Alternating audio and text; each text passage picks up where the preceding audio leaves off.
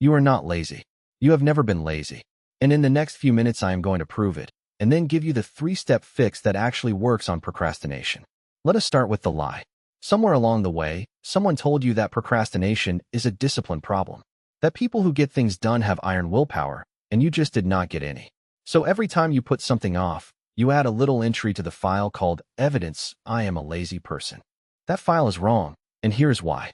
Researchers who study procrastination keep landing on the same finding. Procrastination is not a time management problem. It is an emotion management problem. You are not avoiding the task. You are avoiding how the task makes you feel.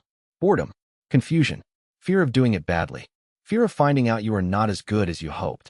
The essay does not hurt you. The feelings standing in front of the essay do.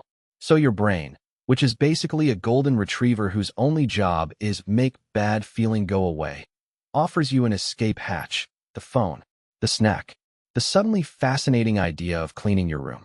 And the second you take the escape hatch, the bad feeling disappears. Instant relief. Your brain goes, excellent, that worked, let us do that every time forever. That is the whole loop. Task creates feeling. Feeling creates escape. Escape creates relief. Relief trains the brain. You have not been lazy. You have been running a very effective anxiety relief program. Congratulations and also condolences. There is a second piece. Your brain treats future you as a stranger. Genuinely, brain imaging shows that when you think about yourself next month, the activity looks more like thinking about some random other person. So when you say, I will do it tomorrow, it does not feel like dumping the work on yourself. It feels like delegating to a colleague you do not respect. Tomorrow you inherits the essay, plus less time, plus interest on the panic. Okay, you understand the machine now. Here is the 3-step fix, not 17 steps. 3. Step 1. Shrink the doorway. The bad feelings gather at the start of the task, not the middle. Nobody spirals about an essay they are 40 minutes into. The dread is all in the entrance. So make the entrance tiny. Do not write the essay. Open the document and write one ugly sentence.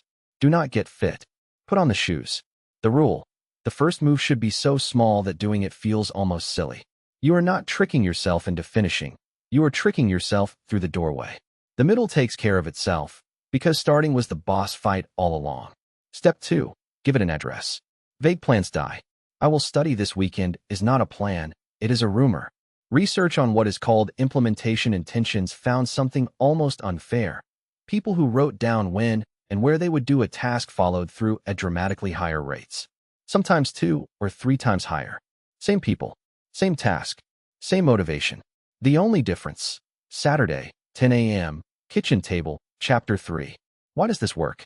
Because in that moment, the decision is already made, and it turns out the deciding was the heavy part. At 10 a.m. on Saturday, you do not have to summon willpower. You just have to follow instructions left by a previous, smarter version of you. Step 3, and this is the one everybody skips because it sounds soft. Forgive yourself for last time. I am serious, and so is the research. A study of students found that the ones who forgave themselves for procrastinating on their first exam procrastinated less on the next one. The self-flaggers? No improvement. Here's why. Remember, procrastination runs on bad feelings. And what does beating yourself up produce? Fresh bad feelings. Guilt about the essay becomes another reason to avoid the essay, because now it is not just boring. It is a monument to your failure. Shame is not fuel. Shame is more mud. When you write off yesterday cleanly, that happened, moving on. You drain the swamp the avoidance was growing in. So here is the whole system, small enough to fit on a sticky note. 1. Make the first move tiny, shrink the doorway. 2. Give the task a time and a place. Leave instructions for future you. 3. When you slip, and you will slip, skip the shame spiral. It is not moral, it is mechanical, and guilt just feeds the loop. You were never lazy. You were running outdated software. Consider this the update.